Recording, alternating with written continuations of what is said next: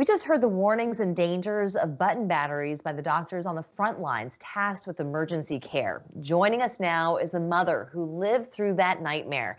We'd like to welcome Leyla Nashade. Thank you so much for joining us. And may I say that I'm so sorry that you went through this. If you can please share with our audience what your experience, your very recent experience was. Oh, thank you so much for having me. Yes, very recent.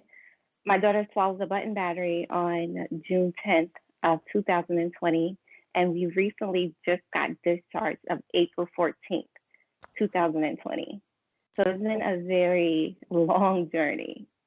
It's been a very long journey and a very short period of time in her life. She had just turned, Leyla is her name, and she had just turned a year old. And she swallowed this button battery. Do you know where this battery was sitting, what it was for, why it was out? Yep, absolutely. The battery came from a surround sound remote that I currently had for 4 years now. And for some reason, she got a hold to it, never showed any signs of indication of choking to let me know that she swallowed something so toxic.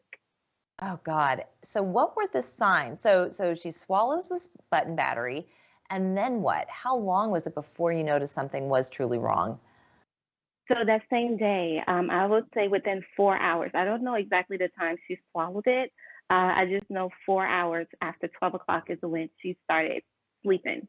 Like she just slept the entire day. And through that night, she developed a fever. So that indicated that something was wrong with her. So took her to, her doctor to find out exactly what was going on and what was the case with the situation and why she was sick. The symptoms that I would advise parents to look for, she was sick as far as fever. She had 105 fever for 4 days straight. She wouldn't eat. Yeah, she wouldn't eat. She's a breastfed baby, so she wouldn't eat. She was crying, and she developed a very bad cough. They said it was a whooping or whooping cough. Oh, and those were the signs. Do you know, because when we spoke to the doctors, they said that two things can happen. Either it gets lodged in their esophagus or their trachea, or it ends up in their stomach. For Leyla, what was the case? Right. So hers never bypassed her esophagus. So it got stuck in her esophagus, in her fistula. And due to the surreal of the acid of her body trying to digest it, it developed a hole in her fistula. And that's how the battery got stuck there. So on her x-ray, you can see that it looked like a coin or something was just stuck and it just wouldn't bypass. So when we finally got the battery out, she had a hole in her fistula and her esophagus.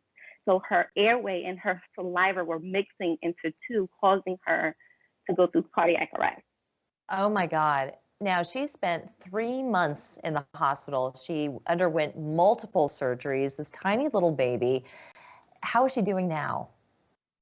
She's fantastic. Like mentally, we still on edge as far as whenever she's on the floor playing and we see her reaching for something and it goes to her mouth, everyone is on high alert. I'm sure. Other than that, the physical aspect of it, she do have scars from the IVs and from when she got her surgery. Other than that, she's fine. Like she's coming to, she did have to get a G-tube inserted in her belly, which is something to feed her due to her airway being damaged. And she's going through therapy, but we're grateful and blessed that she's still with us. Do you know if it's having any effect on her voice, on her vocal cords? So we thought it would, but she wasn't verbal. She was still in her baby goo goo gaga stages. So now when she do cry, it's very loud. So that good. Right. So that's an indication that, her airway and her vocal cords is good.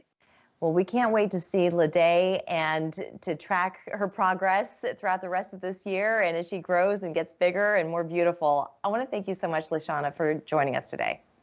Thank you so much for having me. It's been a pleasure. We're back after this.